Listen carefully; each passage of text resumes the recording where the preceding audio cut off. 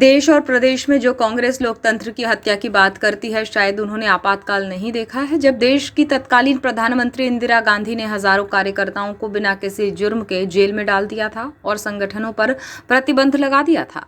कांग्रेस प्रजातंत्र की दुश्मन और बनावटी है, जिसका हम विरोध करते हैं। प्रदेश में लोकतंत्र सेनानी संघ प्रदेश में पुनः भाजपा की सरकार बनाने के लिए काम करेगा। ये बात लोकतंत्र सेनानी संघ के प्रदेश अध्यक्ष तपन भौमिक ने की। यहाँ वे पत्रकारों से चर्चा कर रहे थे। इस दौरान राष्ट्रीय कोषाध्यक्ष संतोष शर्मा, संघ जिलाध्यक्ष रमेश रंगलानी और आयुष मंत्री रामकिशोर कावरे सहित अन्य संघ पदाधिकारी उपस्थित थे। 13 अक्टूबर को लोकतंत्र सेनानी संघ का संभागीय सम्मेलन बालाघाट जिले के भाजपा कार्यालय में आहूत किया गया था, जिसमें प्रदेश अध्यक्ष तपन भौमिक, राष्ट्रीय कोषाध्यक्ष संतोष शर्मा सहित जबलपुर संभाग के 8 जिलों जबलपुर, सिवनी, मंडला, छिंदवाड़ा, डिंडौरी, मंडला, कटनी, नरसिंहपुर और बालाघाट के लोकतंत्र सेनानी संघ के अध्यक्ष सहित लोकतंत्र सेनानी उपस्थित थे, जहां संभागीय सम्मेलन की रूपरेखा पर विस्तार से चर्चा की गई। साथ ही प्रदेश में होने वाले चुनाव को लेकर अलर्ट मोड पर रहने की बात भी कही गई। उन्होंने कहा कि जिसने भी लोकतंत्र सेनानियों को बुरा चाहा, वो कभी आगे नहीं बढ़ सका है। उन्होंने कहा कि तत्कालीन प्रधानमंत्री इंदिरा गांधी द्वारा लगाए गए आपातकाल को तत्कालीन प्रधानमंत्री मोरारजी देसाई की सरकार ने मीसा एक्ट को खत्म कर दिया और आज हम मुक्त वातावरण में सांस ले रहे हैं। देश में कुल 8,755 मीसाबंदी लोग थे, जो आज बचकर केवल 900 रह गए हैं। जेल के आहनी दीवारों के पीछे रखा गया।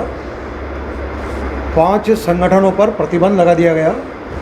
राष्ट्रीय स्वयंसेवक संघ, विश्व हिंदू परिषद, आनंद मार्ग, जमायती इस्लामी और जमायती उल उलेमा, इनसे संबंधित और इसके आड़ में भारतीय जनसंघ, समाजवादी पार्टी, लोक दल, ऐसे सारे लोगों को जेल में डाला गया। ना कोई सुनवाई, ना कोई दलील, ना कोई अपील। मीसा डिटेंशन एक्ट के अंतर्गत सबको रखा गया। कुछ लोगों को DIR में भी रखा गया।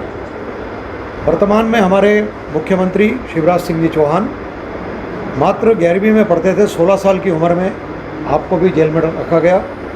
हम लोग जो बैठे हैं, कावरे जी को छोड़ करके सभी लोग, हम, क्योंकि इनका तो जन्म नहीं हुआ था नहीं तो ये भी जाते, हम लोग सब जेल में थे। फिर जेल के अंदर रहते हुए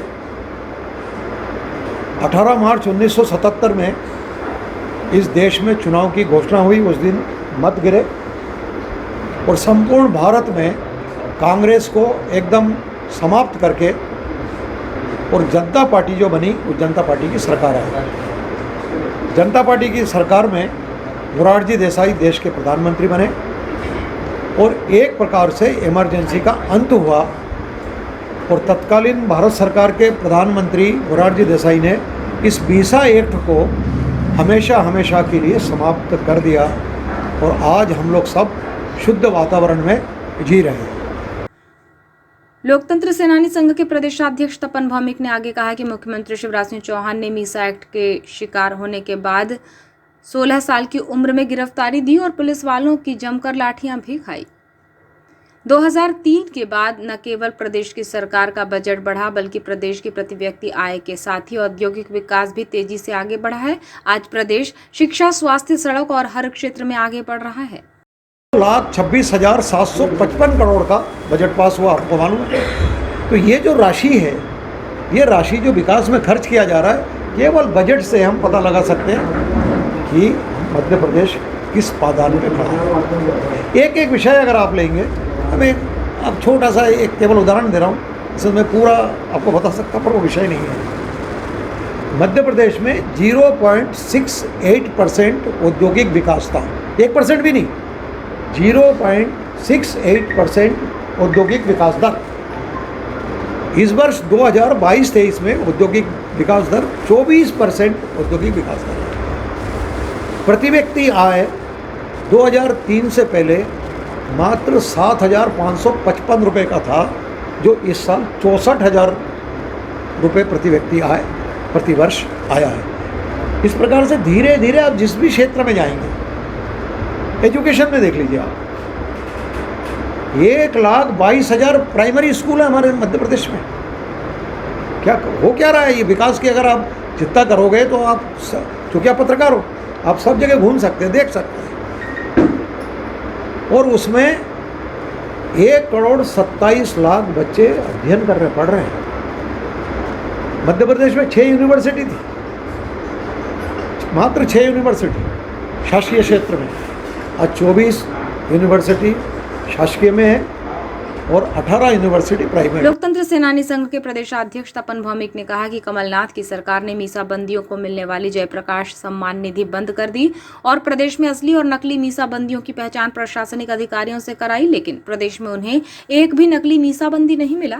एक सवाल के जवाब में उन्होंने कहा कि कांग्रेस में रहकर राज्यसभा सदस्य और प्रदेशाध्यक्ष नहीं बनाए जाने से स्वयं को अपमानित महसूस कर रहे ज्योतिरादित्य सिंधिया ने तय किया कि ऐसी पार्टी में वो नहीं रहेंगे और फिर उन्होंने भाजपा में प्रवेश किया। उन्होंने बताया कि लोकतंत्र की हत्या की बात करने वालों को वे अज्ञानी और नादान समझकर माफ करना ही उचित समझते हैं, क्योंकि उनको लेकर वो कुछ नहीं कहना चाहते हैं। लोकतंत्र सेनानी संघ देश और प्रदेश में लोकतंत्र को अक्षुण्ण बनाए रखने का प्रयास कर रहा है। कोड़ी दिए कुछ नहीं, हमारे कारण आ रहे हैं। अब वो ज्योतिरादित्य का अगर कहे, उस ज्योतिरादित्य जी महाराज जी को इनने ना तो प्रदेश अध्यक्ष बनाया, ना राज्यसभा का सदस्य बनाया, कुछ नहीं बनाया।